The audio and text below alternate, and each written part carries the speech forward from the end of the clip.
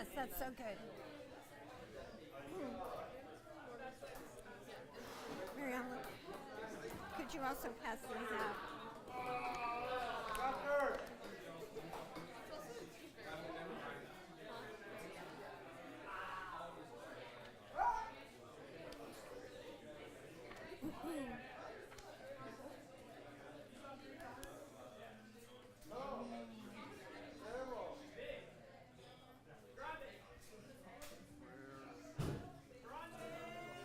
What are you looking for? My notes. Yep. Thank you. You're going to go back to the This looks like the first day. 1 to 10 outline. 1 to 10. Scale 1 to 10 1 to 5. 5. 1 to 5 on each side. On the idea of, what's the word? Compatibility. Compatibility. But first, let's say what these pieces of paper are so that they know what they are.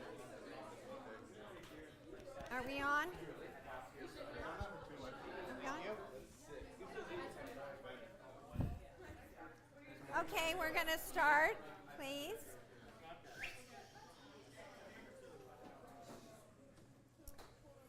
First, I want to tell you what these sheets of paper are because one is the outline from the first couple of days, so it was up here and we didn't know it was here, so that's why you didn't get it. And the other one is the second one is from Brad Wilcox.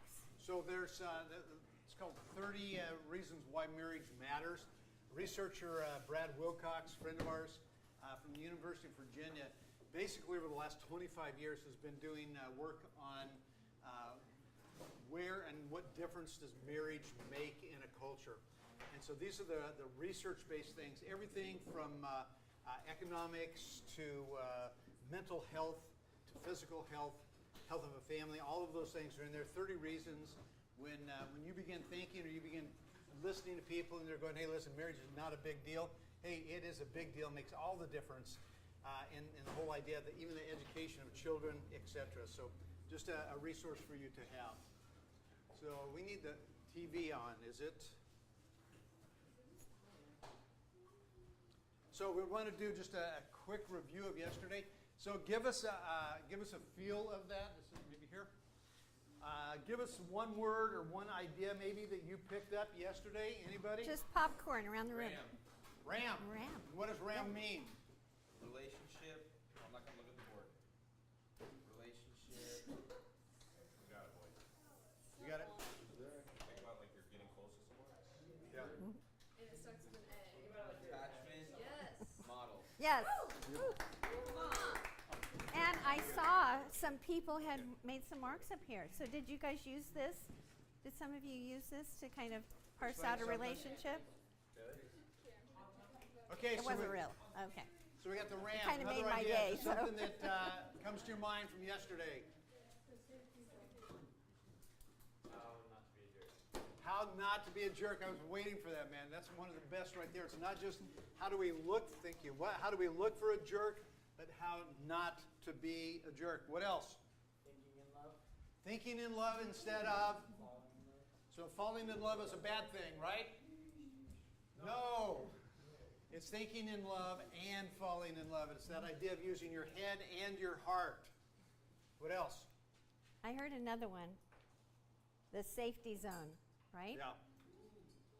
Safety zone. Can somebody big explain? idea. Somebody explain the safety zone? Never exceed the previous area. Beautiful. That's exactly it. Excellent. All right. All right. Very good. Well, very quick overview. Warning signs that somebody could be a jerk. They're boundary breakers. They have a lack of empathy. They have a lack of emotional control. And again, we use the word narcissist, which really kind of fits into that.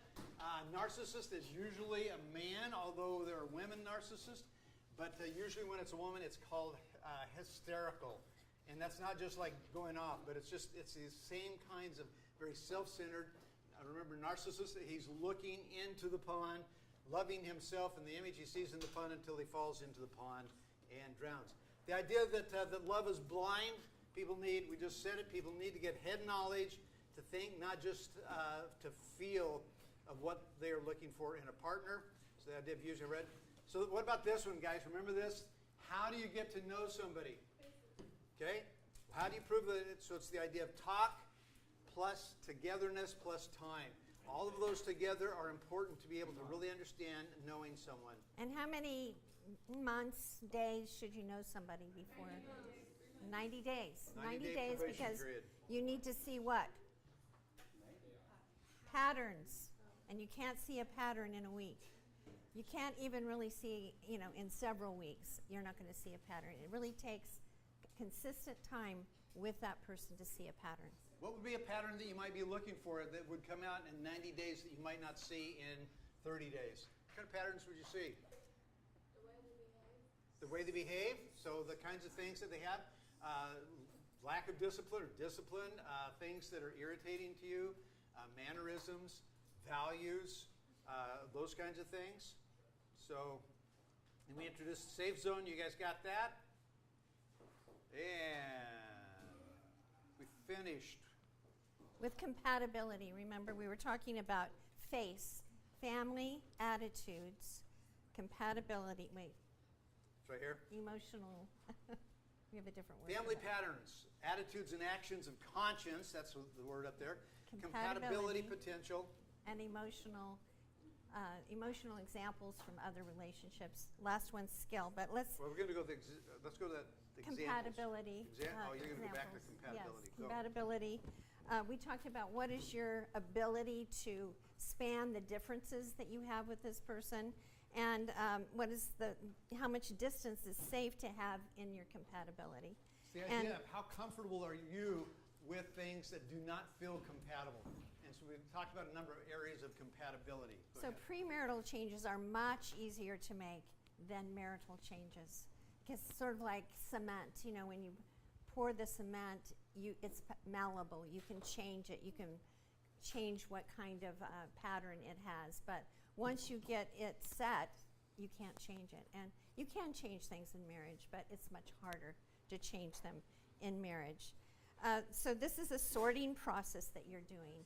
What are my non-negotiables? A lot of people talk about, well, make a list and look for that person that meets all of those or the most important on those. That's one way to do it. It also can be very limiting because sometimes we're very superficial in our list instead of them being really solid things that are non-negotiable for us. So this is a list of the scope of compatibility, things that you want to be looking for in regards to compatibility. How compatible is their personality, their intelligence, awareness of social settings, emotional quotient, social cues, emotional energy, sense of humor, and freedom of emotion. So we use this chart here. Let's talk about our relationship when we were dating and even today.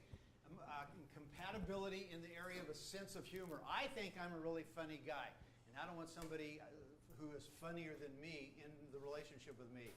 And so, but I don't want somebody, one, It's not a problem. who doesn't have a sense of humor, who doesn't have a sense of making their own jokes. And so I needed somebody that had that sense that they would be kind enough to laugh at my jokes, no matter how bad they are. But at the same time, she would have this really, you noticed this about Rhonda, I'm sure. She has this classic sense of humor. She has these understated kinds of comments about humor. So really, that is what I was looking for. So I would say I didn't want somebody who was way over here and a walking, talking comedian chick that I was going to hang out with and was going to make me laugh. I wanted somebody that was more in this category here, who had a sense of humor. She was a positive individual. She would laugh at my jokes, but she would know how to make her own jokes. Over here, it would be like, the last thing I wanted was anybody in this category at all that didn't even know how to laugh, that didn't have a sense of humor, that all they wanted to do is have their head in books and would never laugh at my jokes. Do you have one? You want to pick one off the list? Well, being adventurous. So Curt is much more adventurous than I was naturally. And so in the beginning, some of the things that he dreamed about us doing were kind of scary for me. like sailing around the world and we don't know how to sail, you know? I mean, that seems scary to me. But I love that part of him. And so it's been, I would say he's a 4 on adventure.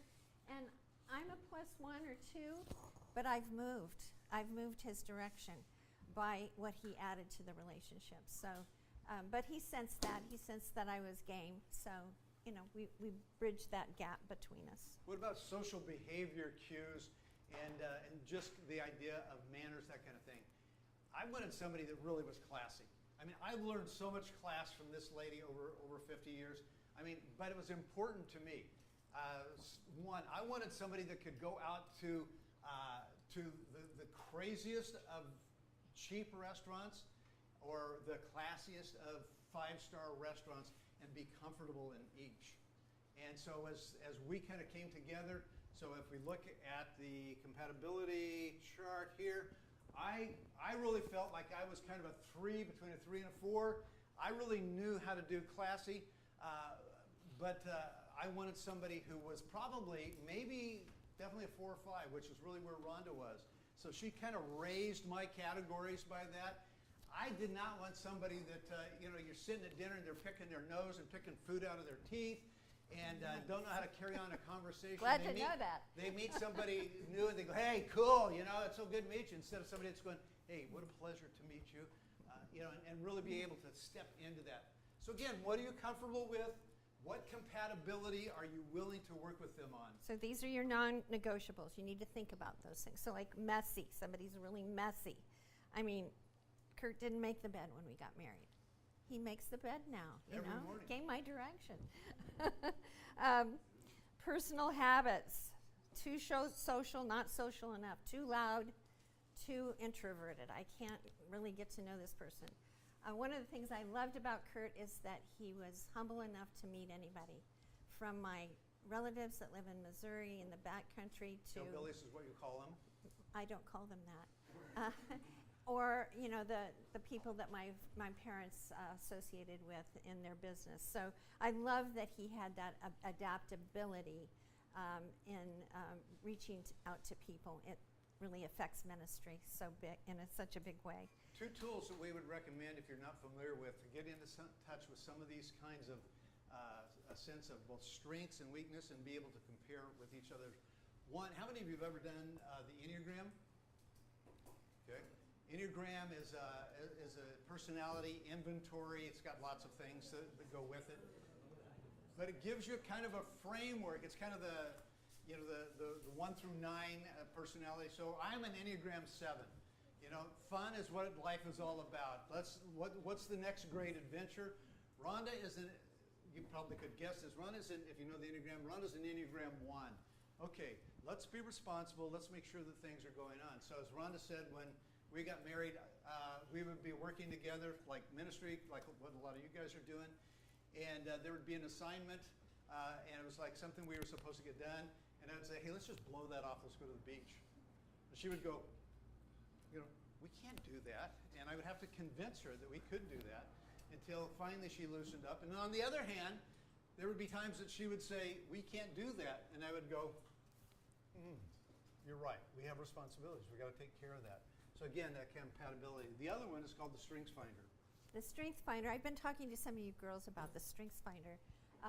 The Strengths Finder book is by Buckingham. You can get it online from Amazon. It's an inventory that rates your strengths. So often in settings where, like your job, and sometimes you feel this from professors at school, it's all about your weaknesses. And that's so demotivating. But to actually find out what your strengths are and lead with those is so powerful. So this test has 35 different topics that it measures your strength in, and it'll give you the 5 top and then the 10 top. And it's very empowering to know those things about yourself as well as each other. I think it'd be a great event for you guys to do here at Anchor House, because it's something that helps you understand the other person. Also, when you're building a team, it helps you know who you need on your team. We have these 5 qualities, but we also need something in this category. And so then you're looking at other people's strengths and inviting them in. It's very biblical as well. The last part of the faces as we talk about how do you get to know somebody is the idea of examples of other relationships. Examples of other relationships. How do you observe that person that you are in a relationship with in regards to how do they treat their friends? I mean, if you're hanging out with somebody and they are kind of dissing their friends all the time, it's like, let me tell you, Peter is such a jerk, I mean, do you know? I watch him sometimes, and he's clumsy. He's arrogant. He's so. Man, I don't even know why he's my friend.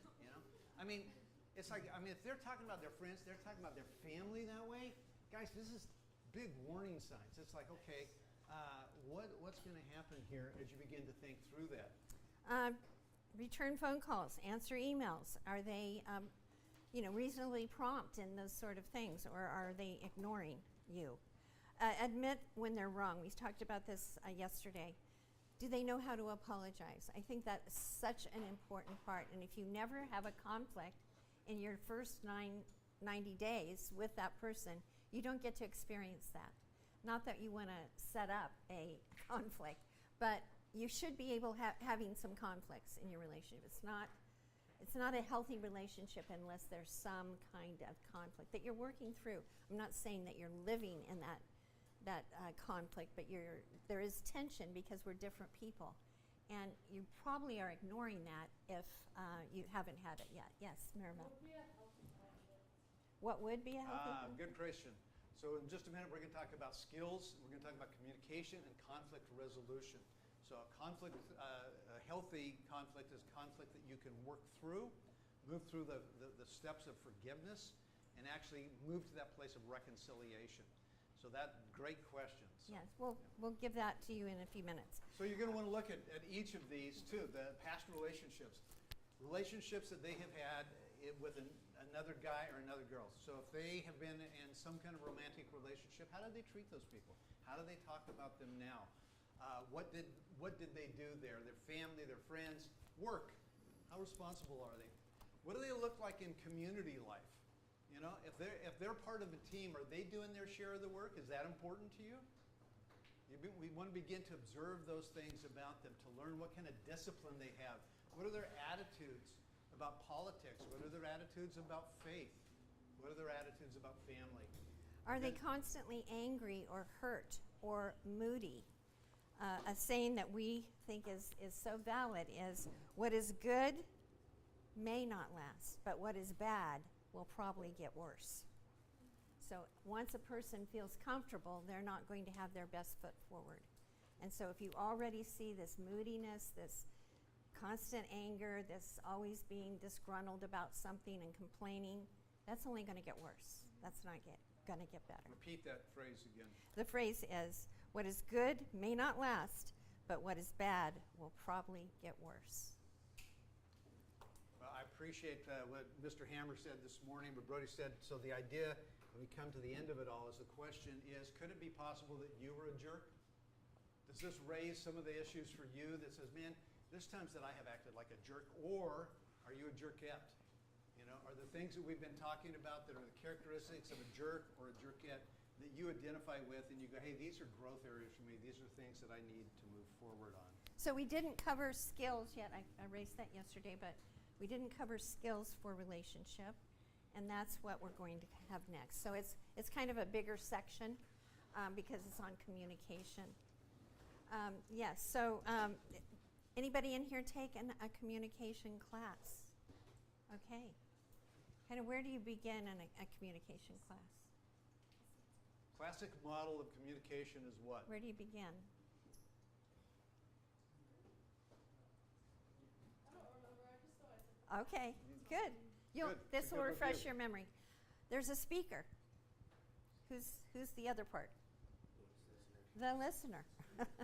And between them, there is a communication that is sometimes crowded by what? Static. What are the kinds of things that can get in way of the speaker sending a message to the listener and it actually landing in the way that the speaker intended? the speaker's intent, and the impact. So this is a kind of lessons on how to have your intent actually have the impact that you desire. Because a lot of our communication is just, knee-jerk kind of communication. It doesn't hit the mark as we had intended.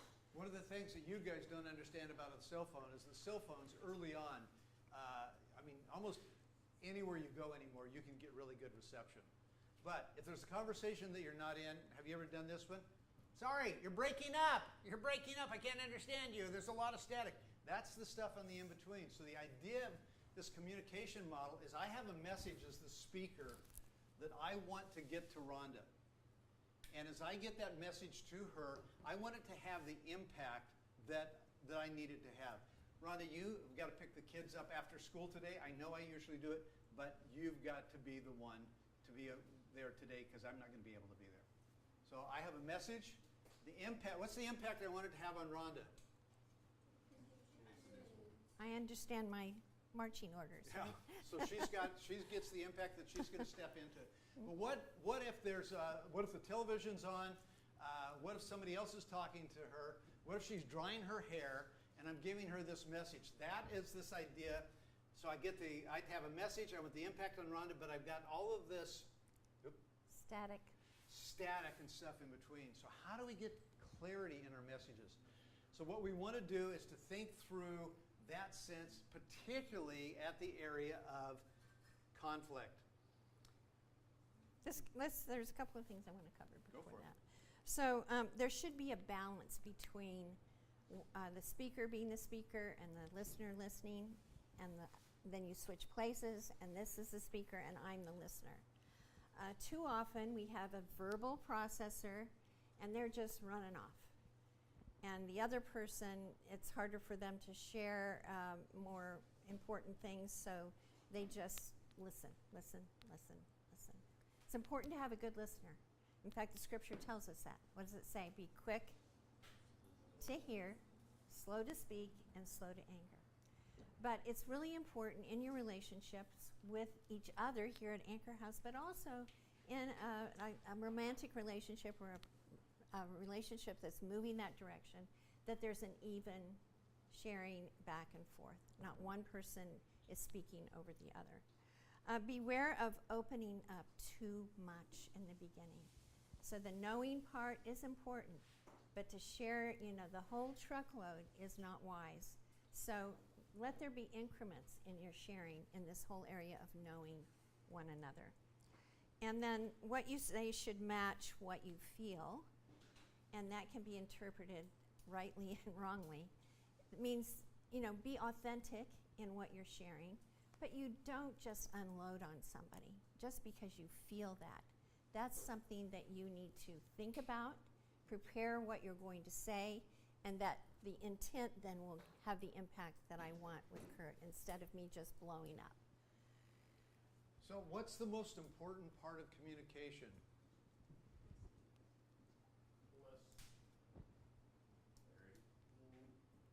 Communication.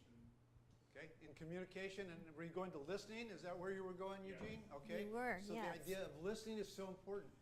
But okay, go ahead. Responding and then just like switching places. Okay. So both of you have like communication aspect. Okay, so both people get a chance to talk, and both people have a responsibility of listening. Cody. Being respectful, Respectful. like understanding both sides. Okay, understanding both sides. Got another one over here. Good. Honesty. Honesty. Yeah, be sure that the message that you're communicating is heartful and honest. It is the truth. It becomes so incredibly important. When we begin thinking about communication, the actual process of the speaker, the listener, and the stuff in between, sometimes the stuff in between are the things that we miss, like the idea that in communication, our words are 7% of what we're communicating. Words are 7% of what we are communicating. The nonverbals, Are the highest. so the Nonverbals. tone is about 33%, and the remaining 60% is your nonverbals. So That means like rolling your eyes, turning away from somebody while they're talking, not being attentive, being on your phone while they're trying to express something important to you, having a grimace on your face. Have you ever been talking to somebody and you see their reaction? And they haven't said any words yet, but that comes across that, you know, they really aren't with you in the conversation. So those are the most powerful things. And those are the things we can't see. We see them in others, but we can't see how we are coming off to others. So it's something to be mindful of, because the words are very important, but they're only 7%. How about the importance of eye contact in communication when you're talking with somebody? You know, really looking them in the eye. Got it. I mean, really connecting the message by looking eye to eye. I mean, in a conversation, as Rhonda said, when somebody's kind of all over the place. Let's go back to tone and nonverbals for a minute. Let's take it very simple. If words are how much? 7%. Okay, 7%. So the words I'm going to use are the words I love you. I'm going to try to see if I can alter that message to be positive and negative, okay? So let's do this one. Hey, I love you. Or, I love you. Or,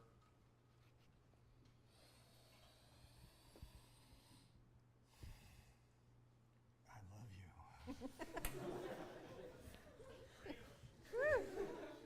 Okay, I mean, the words are the same.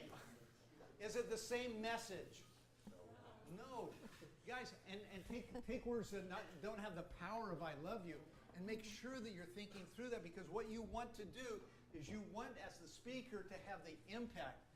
Wow, that was the impact I wanted to have on now that set of words there, you know? I mean, to get to that place. But if it could be lost in the idea that it's like, gee, I love you, I mean, that's totally lost, okay? So, communication model.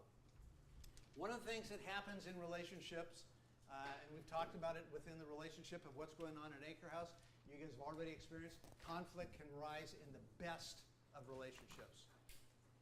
The best of relationships. You can have, someone asked yesterday about when you get married, is everything here at the top on the RAM chart? Yeah, for the most part. Not, you know, we'll talk about that a little bit more. But the idea that says we can have this 48-year marriage, and I'll tell you what, conflict happens between us more often than I wish it did. It's usually Rhonda's fault. Okay, I'll take it. Not true. But what happens when conflict enters into a relationship? One of the things that happens is that most couples deal with their issues at the conflict level and not at the issue level with the intent to be able to really resolve the issue. You want to explain that? Yes, so this is a great little model for you to, I mean, even take a picture. It would be really helpful to you. But this is a picture of, like, let's say Old Faithful at Yellowstone. Anybody been to Yellowstone? Old Faithful goes off every 19 minutes. And it would be easy if you didn't know what geysers are to think that just happens there, just there at the surface. It's like a beautiful, amazing fountain. But no, it's connected to something. It's connected to pools of steam and lava and all the way down to the magma of the center of the earth. And that's what's creating the Old Faithful geyser. And that's the way it is in our relationships. So most of us deal with conflict right where the eruption is. Like the person disappointed you, or they didn't follow through, or you don't like their tone. And that becomes the thing that you argue back and forth about, when it really is about things that are under the surface. The issues are more jealousy, in-laws, work,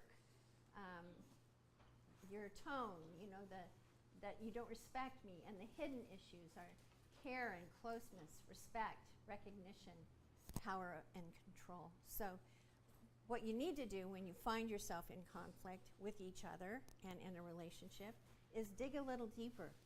It's not that thing that is presenting itself. That's only the thing that's made you aware that there's something wrong that needs your attention. And look what is underneath that. What are the things that are fueling that for you? Okay, let's take an example. Who was it that had the classic surfboard? We were talking. Brock. That's right. Okay, Brock. Brock really idealizes that surfboard. He shows it off. I mean, remember, it's like his masterpiece. Is this true? Okay, it's true. Okay, let's create an event here. Brock, dude, I'm going out surfing today. I know you're not going. Can I use your board? Okay? Okay. So, took you a with while to get eggs. there. Okay, so I come back, and there's a ding in it.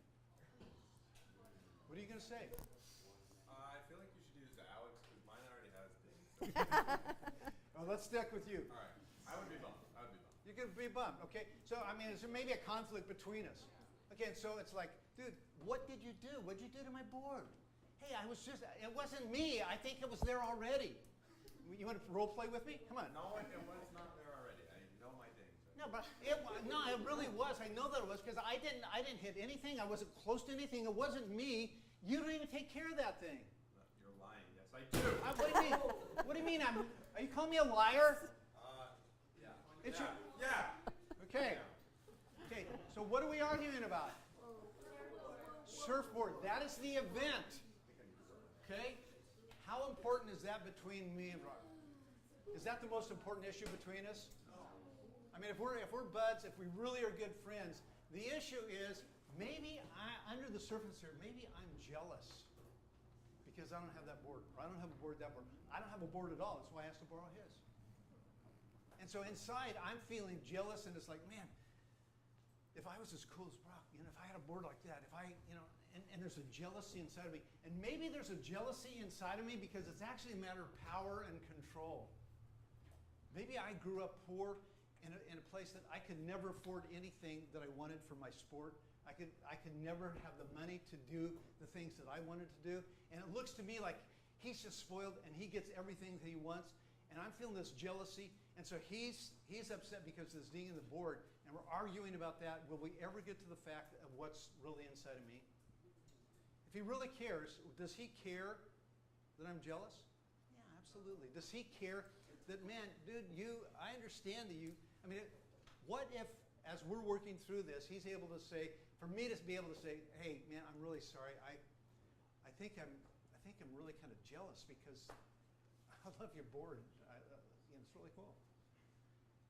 I'm able to get to that point, and for him to come back and go, we've had enough to get to know each other, and he goes, hey, I understand what it was like for you growing up in really in poverty, and that you don't have those things, and that maybe around you power and control was an issue. And if we're really close enough friends and we're moving towards this idea of really closeness, we're able to talk about it. Most couples will argue at the surfboard level and never talk about their issues, and definitely never get below the line here to talk about their hidden issues. Why is that, you think? Well, if you want to sustain power and control, then saying that you have power and control is kind of like giving it away. Yeah, if you want to maintain power and control, to be able to admit it, it's like giving it away. It's like if we were talking about Adam and Eve after the garden, what did they do when they began to feel vulnerable? They hid. They hid from each other. So this is sometimes very hard to do yourself. And so it's why it's really good to have somebody, a good friend outside of this conflict that you can talk about this with. Like, help me see, and be open, be teachable. Help me see this from another perspective because this is what I'm struggling with. And if you really trust that friend, you'll listen to what they're saying, and that will help open this up for you because it is very hard. We're very stuck between our two ears, and sometimes it's hard to get through there. But to have a close friend, a mentor, a pastor, somebody who's discipling you that knows you and can actually see some of these things already before this event happened. So between Brock and I, if we are becoming friends, we are really Christian brothers. We're heading toward this idea of intimacy. It is a sense of oneness that we've been talking about. Who is the enemy of oneness? Satan the serpent. Satan, the serpent, says this. He says, now the Old Testament says, now the serpent is more crafty than any beast of the field. As the story unfolds from that, what happens to Adam and Eve? Okay, before that, they have this sense of openness and intimacy, naked and unashamed. After the serpent comes, they're hiding from each other because they feel vulnerable, they feel naked. So there's 4 warning signs in the relationship to be able to think through. One of those sheets. To be able to think through, I'll give it that. To be able to think through when you might be at a place, a danger sign, a warning sign that says, hey, dude, do you feel naked right now? Because you're acting like you feel naked and exposed. Those 4. Yes, so the first one is withdrawal. Withdrawal is when we disassociate from the situation and we pull ourselves back. Sometimes it is because I know Curt is a withdrawer in our relationship because he doesn't have ability to kind of unpack his emotions in real time. He needs time to process that and then come to the table with those. So a lot of times he will withdraw, and some of you probably do that too because you need to think that through. I am more of an immediate person with my emotions, and so I know exactly what I think and feel, but he doesn't. So that's something that you need to know about yourself and about each other. But it can also be sinful. That part isn't sinful, that is part of your makeup. But the sinful kind of withdrawal is that you refuse, you withhold yourself from the relationship. And when you do that, you're holding that other person hostage because they're trying to have a relationship with you, but you're pulling back. So the idea of withdrawing for me is one of the things that when we get into a conflict, when I know that I'm naked and Rhonda wants to work through an issue, for me, it's like I go into the silent mode. It's like, okay, fine. And I just ignore her. I walk out of the room, and I'm unwilling to engage in the connection there. Remember what Rhonda told you about her dad? Anybody?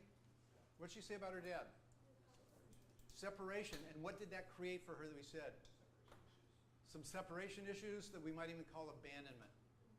Abandonment basically finds its place in security. So let's say in the middle of a conflict, we're in conflict, and Rhonda is approaching me on something. And what did Rhonda just describe my emotions as? Withdrawal. I'm not really in touch with my emotions. So I'm feeling threatened. So she comes after me because she needs to feel secure. And what do? I withdraw. What is that going to make her feel? Abandoned and insecure. So what is she going to do? She's going to come after me. Because she wants to talk about it, because she needs to feel secure. What am I going to do? I'm going to withdraw again. So again, this creates a pattern of pursuit and withdrawal. Your second one. Second one is escalation. Escalation is the idea, you know what it is. It's like when you're in an argument with somebody and it's like tit for tat. It's like, oh yeah, oh yeah. And it gets louder and louder and it escalates until it is out of control. The scripture says that the tongue is like a fire that lights an entire forest on fire. It starts with just a little spark and then it gets bigger and it gets bigger and bigger. Escalation is often the attempt to control or back the other person down. Yelling louder, talking over, crafty attacks like sarcasm, remember that one? Or subtle things, name calling, threats. One of the things that profanity, when profanity enters into it, that escalation begins to really go crazy. Yes. The third one is negative interpretation. It happens when you interpret the situation or the mannerisms of the other person in a negative fashion, more negative than they were intended. We have a funny story from that. I don't think it's so fun. when we were just friends and we went to a wedding with friends that were going to the wedding with us, and we had pizza before the wedding, and it was going to be close quarters. I knew that Curt hated chewing gum, but I thought I had a good excuse to have the gum, so my friend offered me gum before we went into the wedding, and I was chewing the gum. Respectfully, I'm not a smacker, so it wasn't like awkward. And all evening he acted kind of cold to me, and I kept thinking, oh, it can't be the gum. That's crazy. And I was like, what's going on with him? So we waited till we put our friends back home, got our friends home. And I said, you know, you've been acting kind of strange tonight, kind of cold and distant. What's going on? And he was silent. He did the silent treatment. And I said, it can't be the gum. And he stared at me really hard. And he said, yes, you took that gum and you knew I hated that. And you just did it anyway, just in my face. And I'm like, no, I just didn't want to have garlic breath. You know, kind of, so he went down this whole road that was totally negative and not exactly what I was thinking or doing at all. So, but the really hard part with negative interpretation is that you don't know what's in the other person's head. And this is going on, and they're building a case against you. They have a whole narrative about this that you don't know about. And so that's why it's really hard to get at, because it's in the other person's head. Negative interpretation happens when you interpret a situation or a mannerism, like chewing gum. Okay? This is on that compatibility spectrum. Guys, this is an idiosyncrasy of mine. I'm sorry, but I hate sticky stuff. I mean, like the syrup this morning, I had to wash my hands immediately because it gets sticky. I can't handle it. Yes, sir. Was it maple or a Mr. Jordan? It was maple, which is my favorite to get stickiness and wash it off. And so in the middle of it for me, I had told her that I hate that. I don't like that mannerism, and she respected that until that night. And so when she did that for me, I made the interpretation of thinking, I think she's done. I think she's done with me. She wants out of the relationship. That's an incredible, crazy, Huge leap. crazy Yes. kind of thing. And just so you feel better, our kids chewed gum when their dad went out of town. I always had bubble gum. We chewed gum when dad was gone. So they had a normal childhood. The fourth warning sign is invalidation. Invalidation occurs when you minimize, debate, or put down the thoughts, feelings, character of yourself. How can you feel that? I can't believe that you would feel that. You know, that kind of a thing. The idea even to name calling and without trying to understand why your spouse is feeling or thinking a particular way. Okay? To invalidate that. I mean, in this situation, for Rhonda to say, that's stupid. It's just a piece of gum. That would be an invalidation because she knew that that was just an idiosyncrasy of mine and it was something that I didn't like. Okay? So what we want to do, if you'll notice here, the 4 destructive communication patterns: withdraw, escalation, negative interpretation, and invalidation. I like acronyms. You know, acronyms is taking the first letter of every word and using it. So the idea is, when you see the idea of withdraw, escalation, negative interpretation, and validation, you're being a weenie. Don't be a weenie. We need a juniors. So, guys, this is the idea. When these things show up, it's a clear sign that one or both of you are feeling naked, vulnerable, and exposed. Okay? We're going to take a break. We're going to come back, and we're going to talk about what happens when you're feeling naked. How do you begin to restore what we've been talking about as we move towards intimacy? Okay, little break here. 13 minutes, 11 o'clock. Back in your seat, please.